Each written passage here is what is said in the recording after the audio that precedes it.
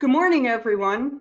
For those of you who don't know me, I'm Deborah Feldman, Managing Director and a Wealth Manager at Leonetti & Associates.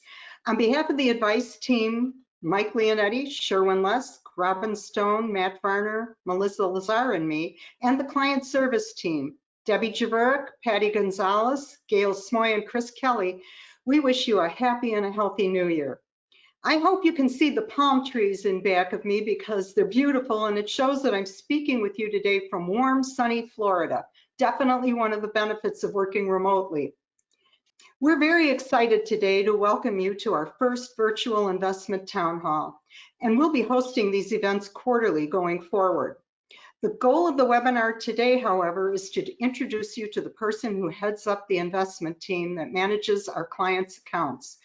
And that would be Chief Investment Officer John Silvas. He's going to give you the firm's perspective on where we've been, describe where we are today, and share his thoughts on what's ahead. We asked for your questions in advance so John and his team could have time to prepare slides addressing your questions and other frequently asked questions. Of course, we have the opportunity to discuss investment matters every day with the Fairport investment team. But we want you to feel also connected. You know that you can always pose any questions about your account or investment philosophy to your advisor. But if you want to hear directly from the horse's mouth, there are a few ways you can do this now. Perspectives is the name of an email that the firm sends out discussing various investment topics. The first one this year was sent last week on January 7th, and it covered what we believe will be the top themes for 2021. Then there's the Fairport Flash podcast that appears on Apple Podcasts, Stitcher, or Google Play. And last, you can follow the hashtag Investing with Fairport on LinkedIn for weekly thoughts on the markets and economy. Before we get started, there are a few items that you should know. Everyone will be muted and your cameras will be disabled during the webinar. If you have any questions that arise, you can type them into the questions section of your toolbar, and we'll answer as many as we can, time permitting. We hope you enjoy the program, and I'm now turning the microphone over to John. Thanks, Deb. Well, first of all, thanks for inviting me. I really appreciate it. I am not coming from sunny Florida. I am in Strongsville, Ohio. It's about 35 degrees outside, so probably pretty similar to the weather you see in Cleveland. I'm sorry, you see in Chicago.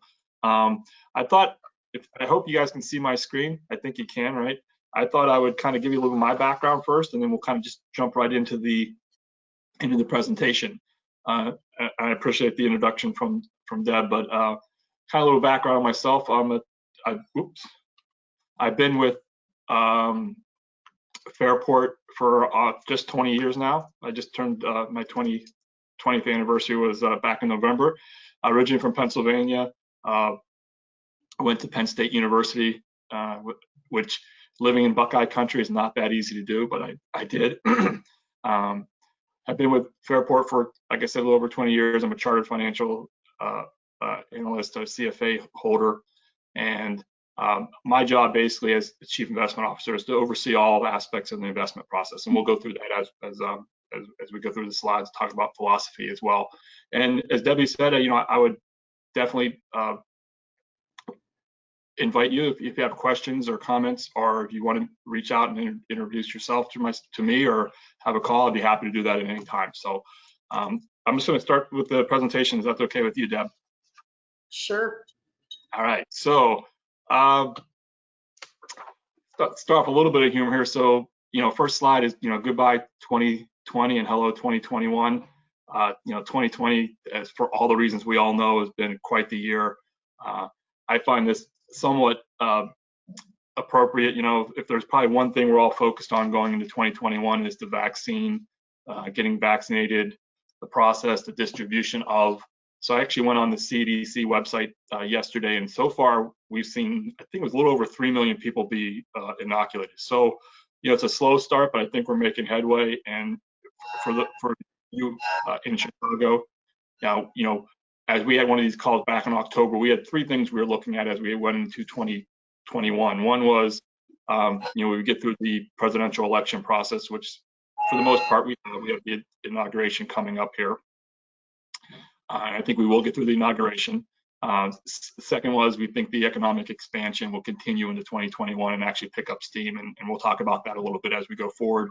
And the third is we thought, excuse me, we would see the vaccine being distributed in 2021. That actually happened a little earlier, so we're a little ahead of the game there. So I think in the big picture we're on track. So I thought we'd start off just talking a little bit about 2020 in review as far as the markets, how we got there, and what we saw and what we thought the benefits were, what drove the markets during 2020. So first slide is something we use a lot with clients, and you'll get used to seeing it. It's what we call our periodic chart, or quilt, which shows different asset classes out there, large, mid, and small caps. I won't go through all of them, real estate, fixed income, etc. And in the big scheme, 2020, from a market standpoint, wasn't really that bad of a year. If you look at the third column, hopefully you can see my cursor here, but if you look at the third column from the right, these are the returns for different asset classes during 2020. Small caps actually outperformed large caps for the first time in a couple years. They led the way with about a 20% return. Most of that was in the back half of the year because small caps did very well coming off the bottom in March. Emerging markets were another area that finally showed some outperformance, again, mostly back half weighted. And then large cap equities, which is represented by the S&P 500, returned about 18%, a little over 18%. So it's hard to argue from a market standpoint. It was a good year, wasn't a bad year. Volatility was obviously well above average, and we saw a correction back in March of over almost 34 or 35%, as you can see with the red circle there. And that's pretty much in line with most past recessions. So we had the recession that started probably in late February. Our guess is it probably lasted through the end of May, early June. The National Bureau of Economic Research will come out at some point and tell you when the recession ended, but I think it's well behind us at this point. So it was a very quick but very deep recession.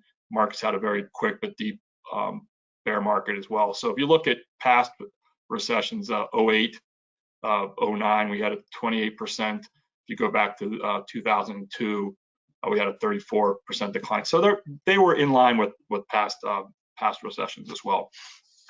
But really, if you look at 2020, for the whole calendar year, we actually had a couple different corrections. We really had a correction each quarter. The biggest, which is what I just talked about, was in the first quarter of about 34, 35%. But we also saw one in the second quarter, which was roughly 8%. Third quarter was roughly about 9%, and then we saw just under 10% correction in the fourth quarter. But we actually finished the fourth quarter pretty strongly. So a very volatile year, but for those people that stayed invested, the returns were still well above average. So equities, I think, as far as trend goes, finished the year pretty firmly in an uptrend. This is the chart we use. One of the places we get research from is a group out of New York called Strategic Research, and this is a chart we use from one of their reports. As you can see, the trends have been the strongest since 2013, and what this means, this is the S&P returns here, or the chart of the S&P, and this is the percentage of stocks in an uptrend. And basically what an uptrend means is their trend line, or their 200-day moving average, which is a smoothing event, is in an uptrend, meaning it has a positive momentum to it. And about 89% of the stocks in the S&P, so call it 90% of 500, so well over 400 of the 500 names were in an uptrend, and that's pretty good point to start the new year at. So what we normally do, we'll go into other sections. I will go through the economy and other things, but I'm going to pause here, Deb. I don't know if you have any questions, or if you have any questions from the audience, and we can take them now, or we can move forward. We don't have any right now, Jen, so we can go forward. I do have some to ask you later, but I know you're covering it in a later part of the presentation. Okay, all right, that's fine. Yeah, if they come up, let me know. So, yeah, for the benefit of Leonetti and Associate clients, and I know this is the first time you've heard me kind of give us our background, I'm a big believer, and our philosophy is when the economy is growing, that tends to be good for companies, which means you'll see corporate earnings grow. and that's really, to us, what kind of drives the markets. And if corporate earnings are growing, that tends to be a good sign for direction of the equity markets. And the opposite of that would be in effect. So when we see a decline in the economy or recession, that tends to be, you see contractions in corporate earnings, and when corporate earnings are going down, it's a very hard environment for to see equity markets go up. So we tend to put a lot of focus on the macro level of the economy, and I'm going to go through some of the things we look at on a daily basis and kind of give you an idea of what our thought process is. So as Debbie said, we send out these. I think we sent out a perspective. We called it a perspective, which is an email to clients earlier in January, a few days ago, kind of outlining what we think the themes are for 2021. These are economic themes, and I'll go through them really quickly, and then I'll touch on them as we go through the slide presentation. But we think the economy is in the beginning of an economic expansion. I think, we said that last year in November. I think we're even more firm in our conviction that, we're seeing the economy actually outside of, I'd say about 80% of the economy is doing very well, and about 20%, which is more the service side of things, are still struggling a little bit. But we think it's going to grow above trend this year. We think there'll be at least one more stimulus package this year. Again, we brought this out on January 4th. We had the elections in Georgia on the 5th. That changed the dynamic a little bit within Washington, where the incoming administration, the Biden administration, is going to have a very slight majority in the Senate with the tiebreaker. And I think they've already said that they're going to put one more stimulus package through. They may put two in. So I think we're going to see more stimulus going into the system. And I think that's good for the consumer, which will eventually be good for companies and corporations, and then be a positive for earnings going forward. The last couple here, I think the Fed's on hold. I don't think that's a big surprise. They have said numerous times that they will not raise rates this year or even next year, most likely. I think they'll have some pressure if the economy does very well and we start to see it heat up here, but I don't think they'll have any, there won't be any reason for them to raise rates at any time. And then when I say raising rates, I'm talking on the short end of the curve, which is the Fed funds rate. And then the last one is we do think the dollar will kind of continue to decline, not because of a weakness, but because we think as the global expansion picks up, there'll be a more rotation into other assets, and you'll see the dollar slowly continue to decline at a probably more moderate pace than we saw last year. So, to kind of put 2020 to bed, we haven't seen fourth quarter GDP numbers yet, but we'll see that probably in another, I think, 2 weeks. So fourth quarter GDP growth should end the year well above consensus. This is the Atlanta Federal Reserve's GDP Now econometric model. Historically, it's been very accurate, and it's predicting about call it somewhere between 8 and 9% GDP growth in the fourth quarter. The consensus of the blue chip economist out there, which comes out on a quarterly basis, is looking more for a little north of 4%, closer to 5%. So I think we're going to come in well above the consensus in the fourth quarter, and that will be a tailwind as we head into 2021. Unfortunately, we ended the year with about 5.1 million people still claiming uninsurance. The fortunate part is that's well off the high we saw back in May as we went through the lockdowns. We had about 25 million people file for unemployment claims. Now it's down about 5 million. As I said before, I think the majority of the area that's still suffering or seeing the most contraction within the economy is more on the service side of things. So the hotels, the restaurants. I know you guys are in Chicago. I was in Pennsylvania recently. They're still pretty much have most of their restaurants closed. So the service end of the business, which is, or the economy, which is hotels, restaurants, cruise ships for that matter, live entertainment, those are still really struggling. I think that's the area which has the most need going forward. And I think that's where you're still seeing unemployment very high. We've had a theme over the last few months coming off the recovery in May, the beginning of it, that we think we're in a V-shaped recovery. And what I mean by V-shaped is the shape of a lot of the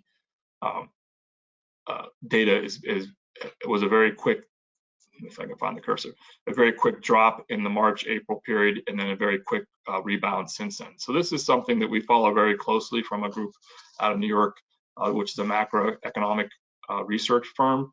and it's called Evercore ISI, and they do a company survey where they go out and survey, I want to say it's almost 200 companies, mostly Fortune 500 type companies, and they ask them how their business is doing. Anything above 50 is considered expansion. Anything below 50 is considered slowing or possibly even in a contraction phase.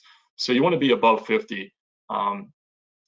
They were above 50 back in January, February. We saw a decline down around 35, but that's moved back up to 52, and it's been, as you can see here, moving up. So the shape of that V shape is what we talk about when we say we think it's a V-shaped recovery. And I could show you a lot of charts, and they all look the same. This is a trucking survey. Again, very sharp. It's at the highest level since 2005. So we're seeing a really robust bounce back in the economy. Why trucking is so important is it tends to have the highest correlation to GDP growth. So it's something you keep a close eye on.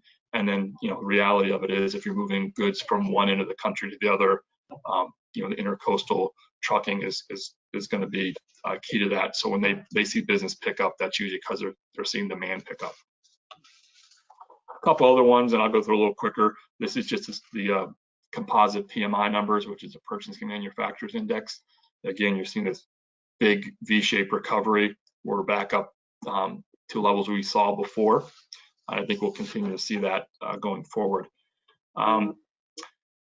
Despite all the coronavirus cases, and unfortunately they continue to go up, it hasn't really affected air travel. So this is the TSA checkpoint. So anybody that goes through the airport and goes through TSA, they do keep track of how many people go through.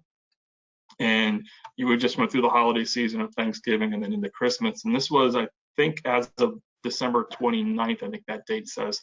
And you can see that TSA travelers, total travelers, continue to go up. In fact, it's the highest since March 15th, which is right about the beginning of the shutdown. So although we are,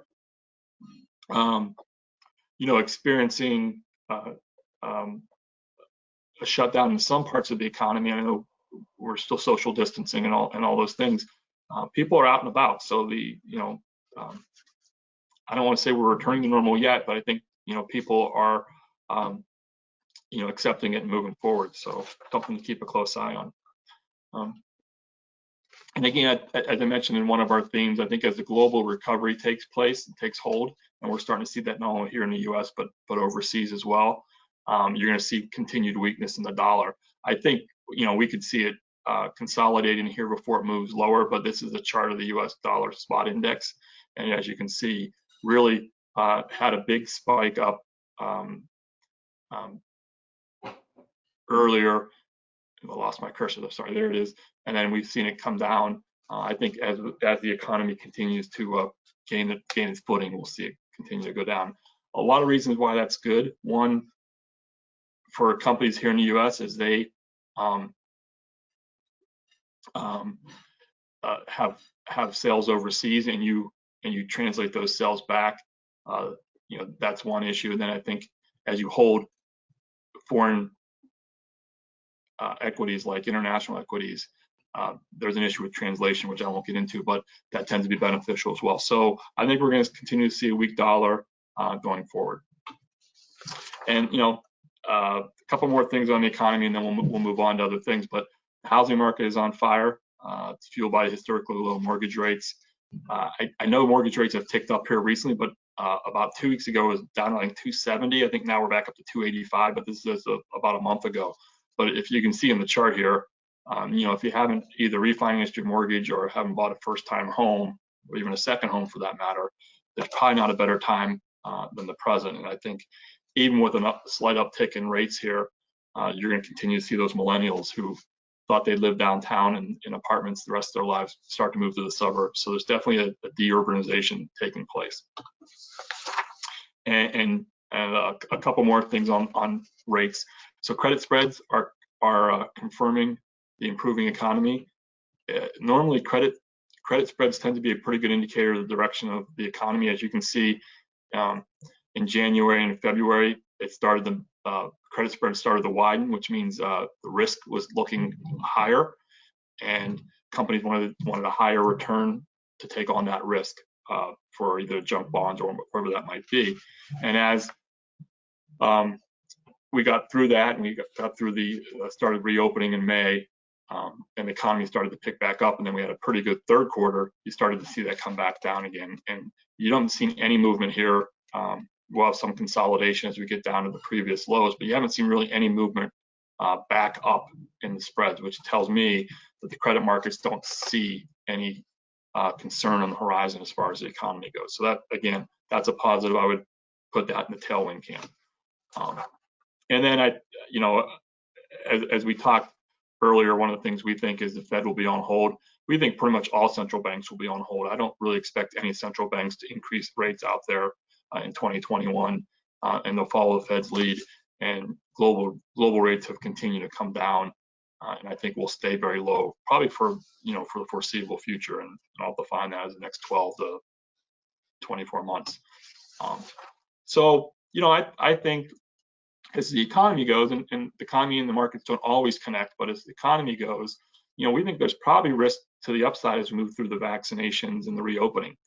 This is a table from Evercore ISI, which I mentioned earlier, and as you can see, they think first quarter GDP growth is going to be around 10% on an annualized basis, as well as 10% in the second quarter. Something we're keeping a close eye on, but if you step back and look at the checks going out to the consumers, I think $600 checks are already working their way through. I know President-elect Biden was adamant about bumping that to $2,000, so another $1,400. I think he wants to deliver on his promise, so I think you'll see that pretty quickly in his beginning of his administration in a week. So I think that's a lot of money in the consumer's pocket, and my guess is they're going to spend 95% of that. So I'm going to pause there before we get into the markets, Deb. I know I went on for a while there, so people start to realize that I can be a little wordy, and I apologize for that, but go ahead. Well, since we're talking about interest rates, do you have any feeling on what direction inflation will be heading?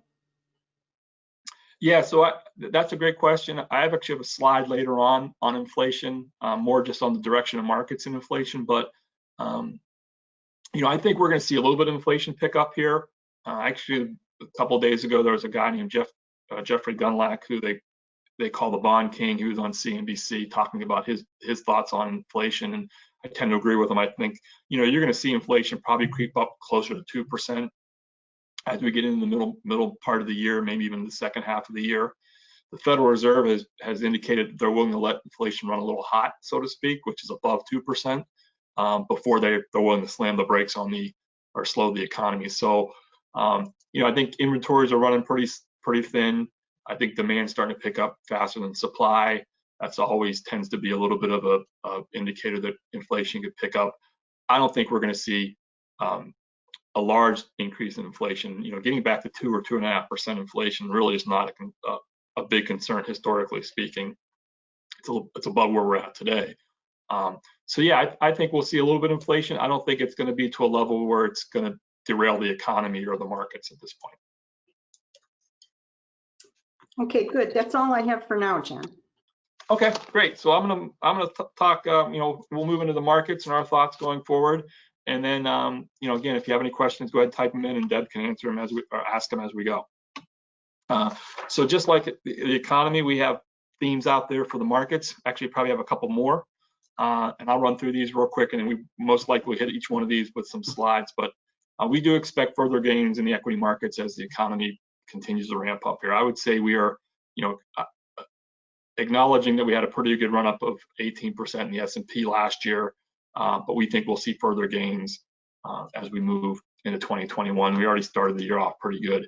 As far as earnings growth, we think earnings growth is likely to fuel the market advance versus market or multiple expansion. And last year we saw the PE ratios move up in anticipation of improving of the reopening and improving economy.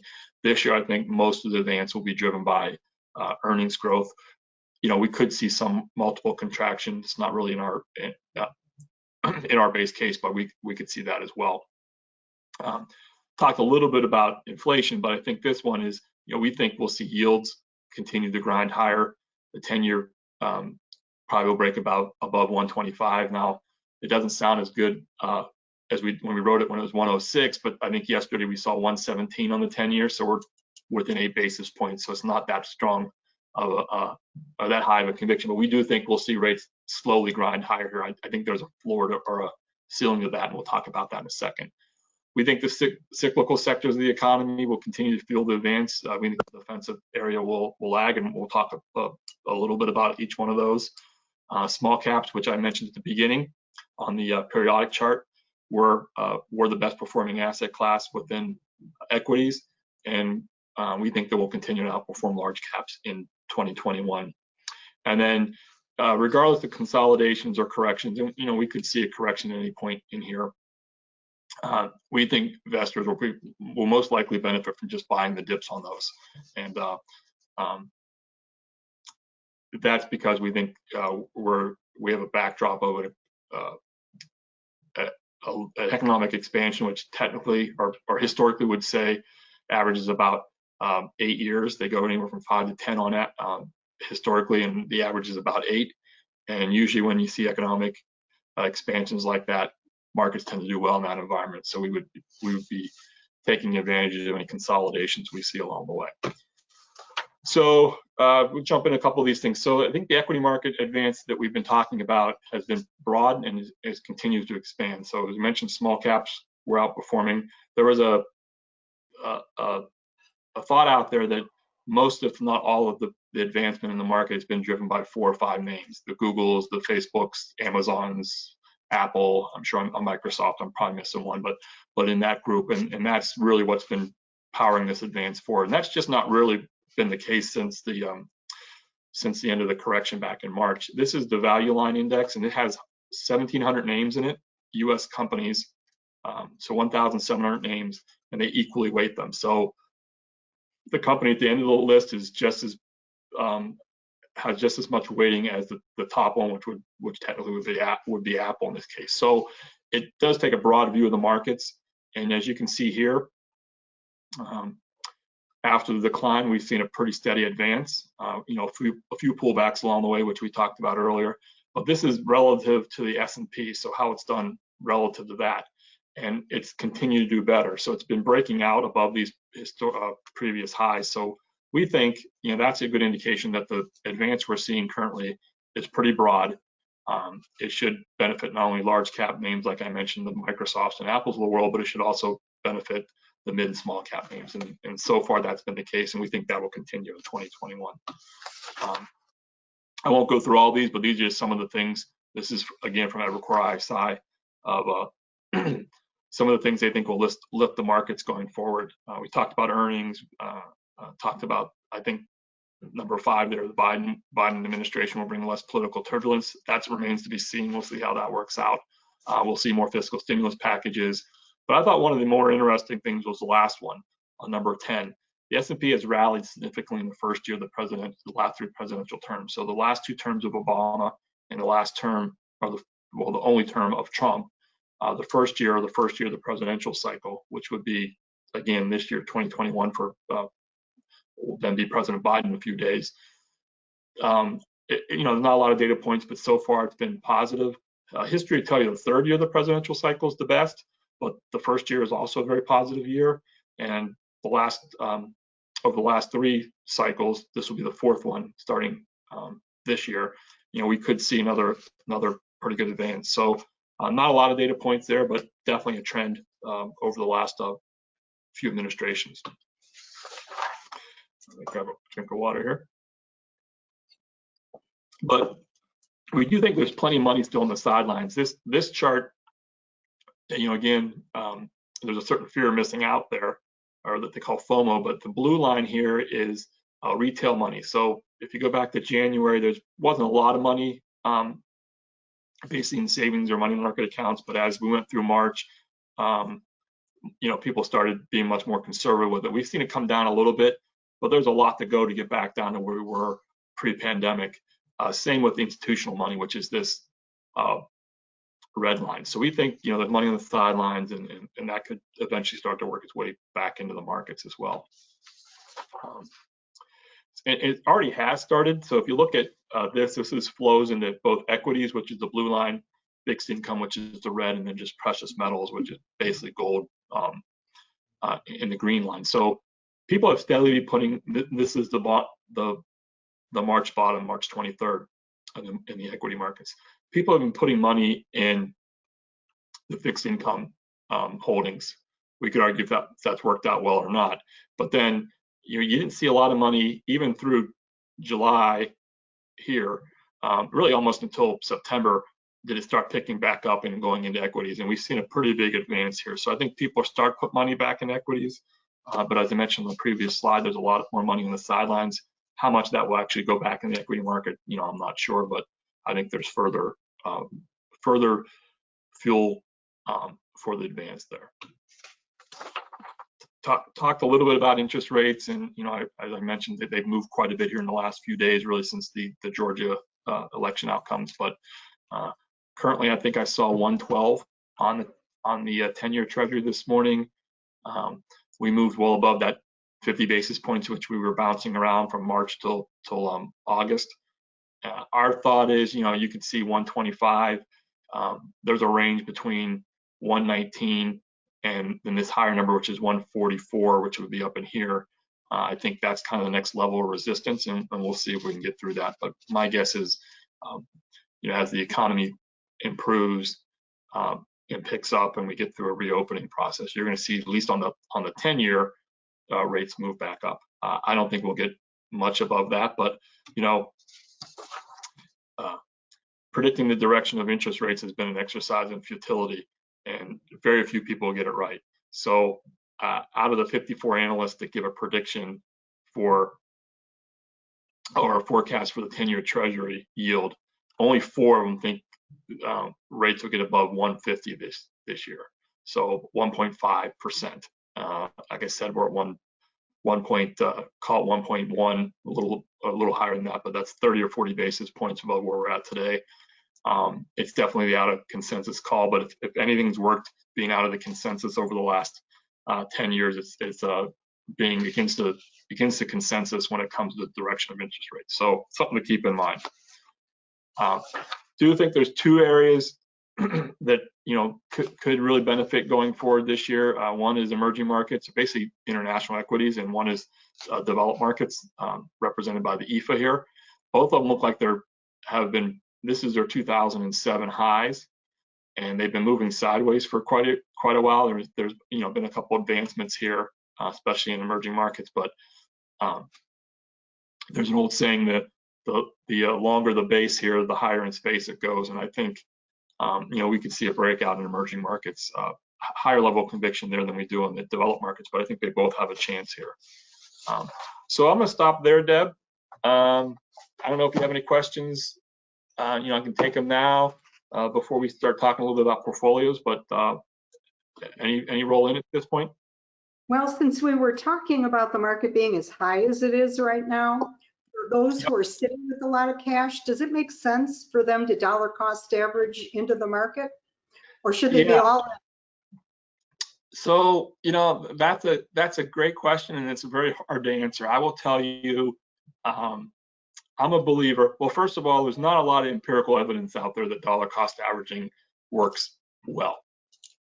I mean, I think it's a great process to use, or if your client or yourself are nervous, and but there are always uncertainty in the market. So trying to find that perfect time in the market where there's no political uncertainty, no economic uncertainty, no in this case, no pandemics or whatever it might be, is always going to be a tough one. So finding the ideal time is always tough. So dollar cost averaging is one way to get that money invested and maybe take some of the emotion out, which I totally understand.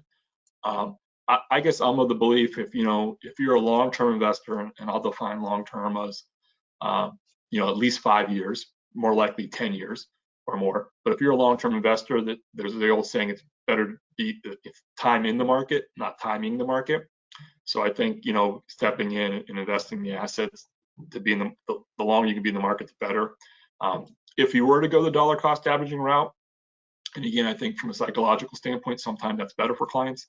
I would advocate 3 or 4 months. I wouldn't go much further than that. I'll leave. Are you planning on making any changes because of the new incoming president to the stock portfolio side? Yeah, so, the short answer is not really. We don't do, I'm not a big believer that politics has a long-term effect on markets. Tax policy obviously has an effect on markets. Trade policy would, but the makeup, and we've used slides in the past, the makeup between Republicans and Democrats in the Senate or the House even the White House doesn't really have that big of a driver of returns. But that being said, I think it's more the policies the president's going to put out there, and we don't really have any changes at this point, that we're doing. Although I think, if we do more stimulus, which it sounds like they're going to do, that should be somewhat of a shot of adrenaline to the markets, and then when the economy starts to heat up like that, which we're seeing, we tend to think the cyclical side of things do better than the defensive side. So I'd rather own a discretionary name versus a utility, so to speak. So I think from that standpoint, we've already been a little bit tilted towards cyclicals, and I'll talk to that in a second. But I think that probably just reinforces our view on that than anything else. And we might make a little bit more of a inroads leaning or tilting more towards the cyclical side of things. So I think that's one thing. Small caps tend to do really well when you're coming out of recessions and into expansions. And I think, if this new incoming administration is committed to, keeping this moving forward, which I obviously think they are, that's another area that I think will benefit. And we've been probably more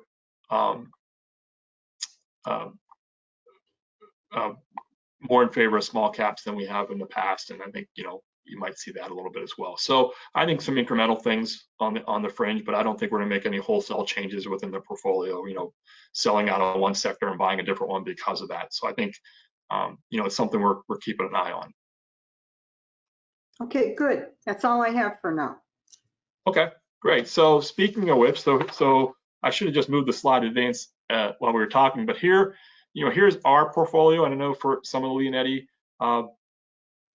associate clients, you're obviously learning as we go forward. And I know, you'll see more and more of the individual names as we move forward within the portfolios. But, our view of the world, this is kind of in a perfect scenario where we would invest money. So we have an overweight. As you can see, the green bars are overweights, the red bars are underweights.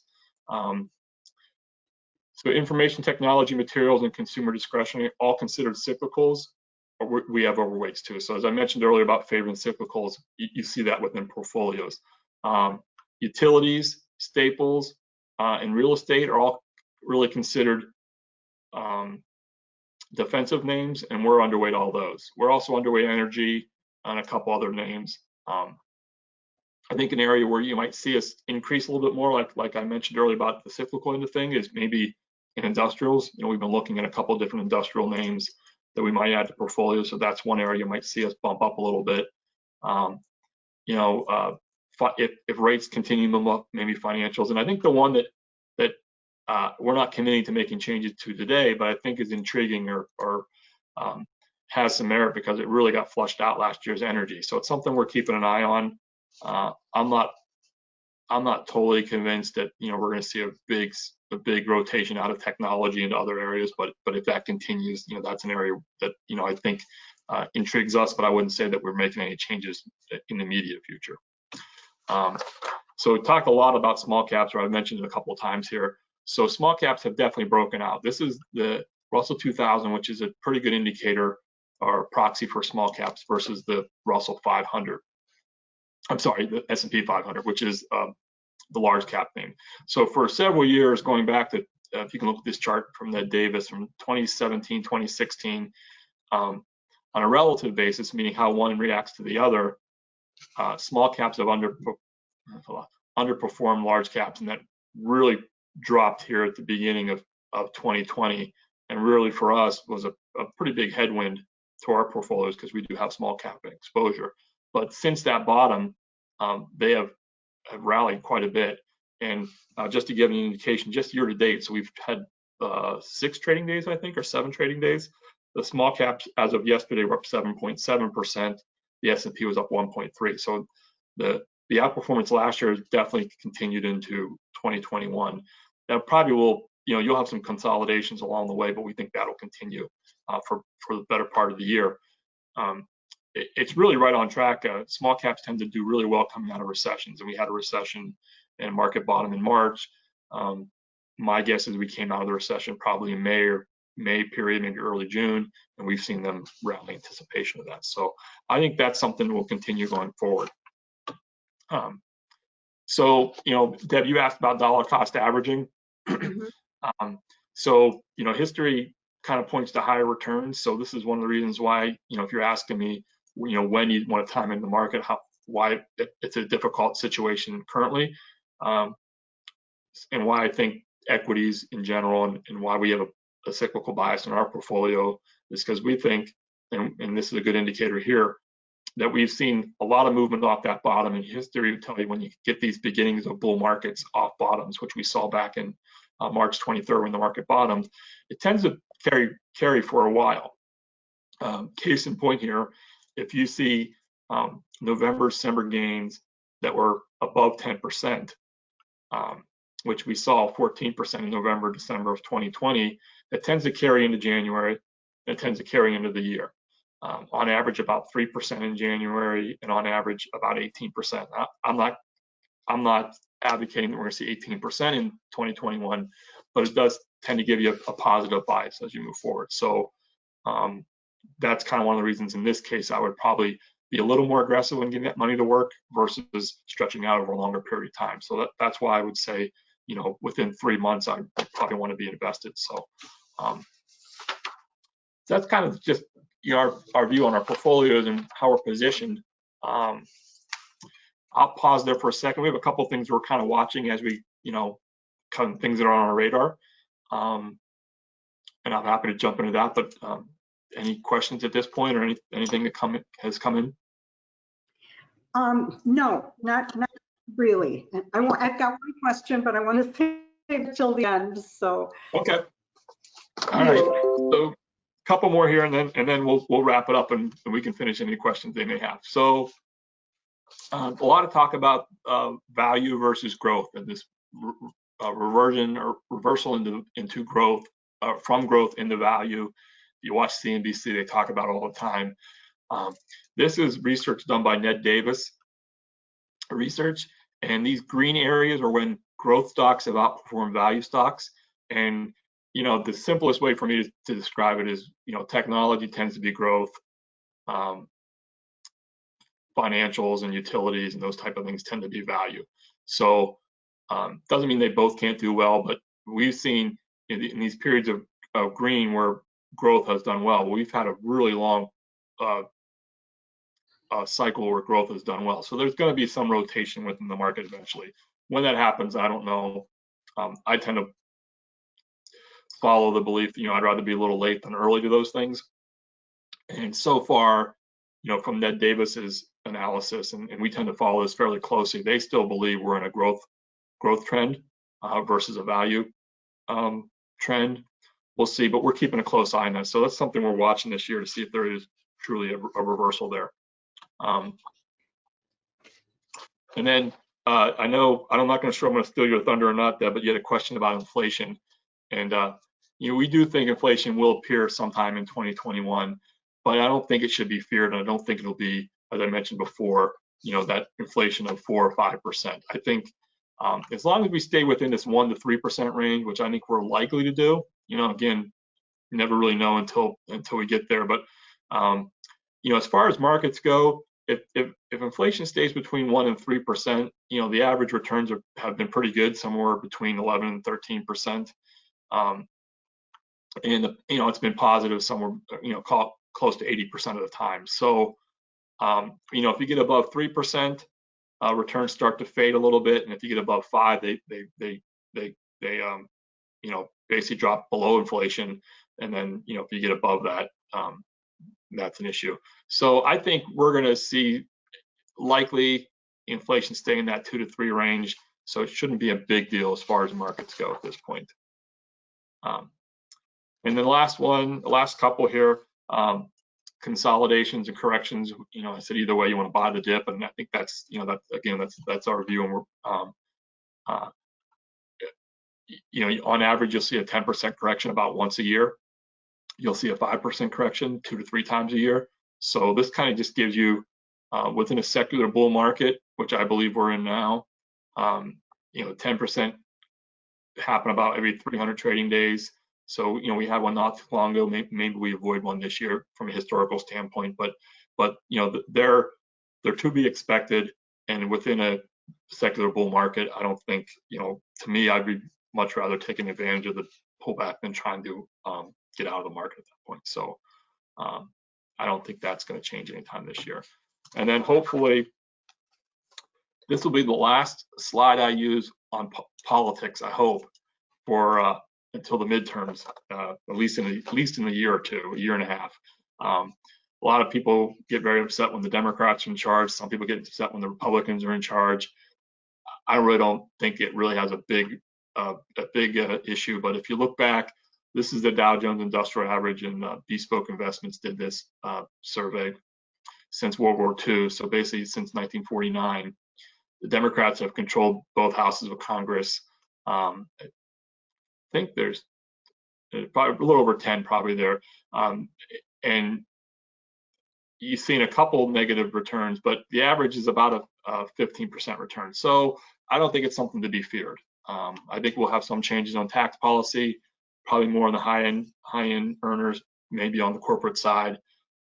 But you know, I think most of those won't kick in until next year. And then the last, if there's a moral of the story in 2020, was to stay focused on the long term and stay invested. If you look at returns, this, I don't know what you call it, gray line, I guess, is the S&P for the year. This reddish maroon line is the S&P. If you took away the best 2 days of the year, you'd be down 4%. So it's quite a drop. And if you weren't invested for the 5 best days of the year, you would have lost 20%. And obviously, if you would have missed the 10 best days, you'd be down 35. So the point of timing the market or not being in the market is always a tough one. You know, if you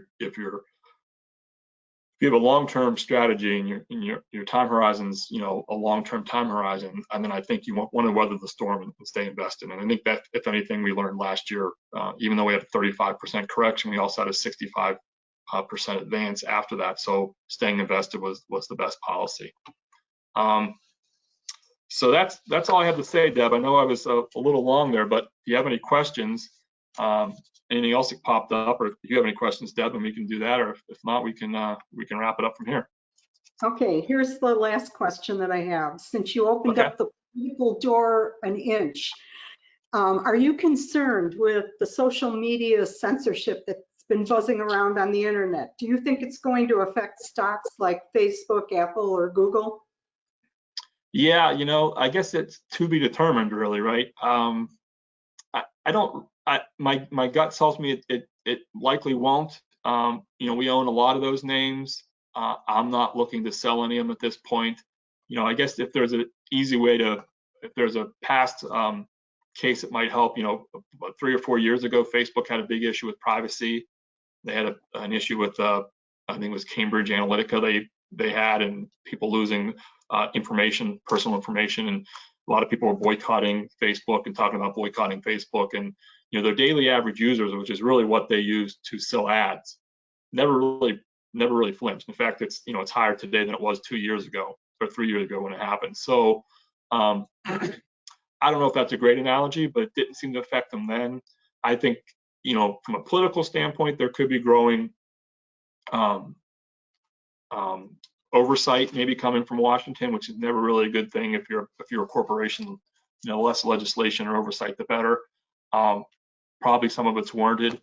So I don't know. I mean, we don't really have a great historical guide on these things, but it doesn't seem to be a big deal at this point. I guess it depends how far they want to go. Some of this is just really as a result of some of the riots we saw in DC and things. I think most of that smoke will blow over once we get past the inauguration. but we'll see. Hasn't changed our view on them at this point. I'll put it that way. But Okay. it's something we're keeping an eye on. There's a concern there, but I don't think there's going to be much of a distraction on the earnings, which is really what's the most important. Right. Good to know. Thank you. Sure, no problem. For anyone out there who has a question that you didn't get a chance to phone in, please give it to your advisor, and the investment team or your advisor will reach out to you directly. Lastly, we want to take this time to tell you that we recognize we are where we are today because of your steadfast loyalty as a client, and it's such an honor to be your trusted advisor. We look forward to continuing this relationship as we continue to merge our practice together with Fairport. I hope you liked what you saw today. We absolutely love it. And we wish you all a happy and safe, wonderful day. Thank you for attending. Bye-bye. Thanks. Bye.